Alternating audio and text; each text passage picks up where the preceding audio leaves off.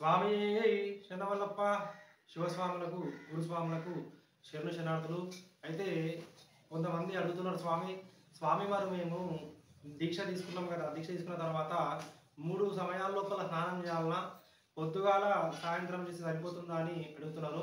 అయితే ముఖ్యంగా స్వామి, మనము దీక్ష తీసుకున్న తర్వాత ఖచ్చితంగా 3 సమయాల లోపల స్నానం చేయాలి, ఏకభుక్త చేయాలి. ఏకభుక్తం అంటే ఒక పూట మాత్రమే భిక్ష తీసుకోవాలి. పొద్దుగాల అంటే ఉదయం బ్రహ్మ ముహూర్తం లోపల స్నానం చేయాలి. అదేవిధంగా మధ్యాహ్నము భిక్షకు ముందు స్నానం చేయాలి.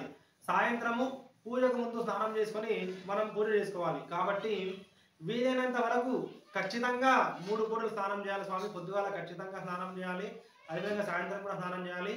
మరి మధ్యాహ్నము స్వామి మేము ప్రయాణాల లోపల ఉంటాము, మాకు వీలు కాదు స్నానం చేయడానికి అన్న వాళ్ళు మాత్రము ఖచ్చితంగా చేయడానికే ప్రయత్నించండి. ఒకవేళ వీలు కాకపోతే అది మీకు అనుగుణంగా చేయండి స్వామి. కానీ ఖచ్చితంగా మాత్రం 3 పూటల స్నానం చేయడానికి ప్రయత్నించండి, పొద్దుగాల, సాయంత్రము, అదేవిధంగా మధ్యాహ్నం కూడా. ఇంకో విషయం స్వామి, అదేవిధంగా చాలామంది అడుగుతున్నారు, స్వామి మరి మేము గుడి లోపలనే ఉంటున్నాము, మరి ఎందుకు స్నానం చేయాలి స్వామి భిక్ష చేస్తే కూడా అని అడుగుతున్నారు. మీరు గుళ్ళే ఉన్నా, ఇంట్లో ఉన్నా, ఎక్కడ ఉన్నా స్వామి ఖచ్చితంగా మనం స్నానం చేసే ముందర, భిక్ష చేసే ముందర స్నానం చేయాలి. స్నానం చేసి జపం చేసుకొని భిక్ష చేసుకోవాలి.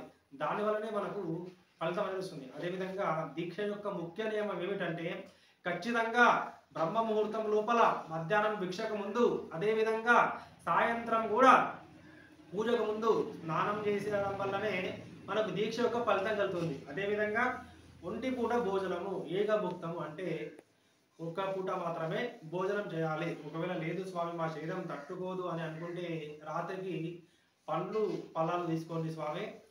నా వీడియో నచ్చినట్లయితే లైక్ చేయండి, సబ్స్క్రైబ్ చేయండి. ఇంకా మీకు ఏమైనా శివదీక్ష లోపల సందేహాలు ఉంటే కామెంట్ చేయండి. స్వామి శరణం, స్వామి శరణం.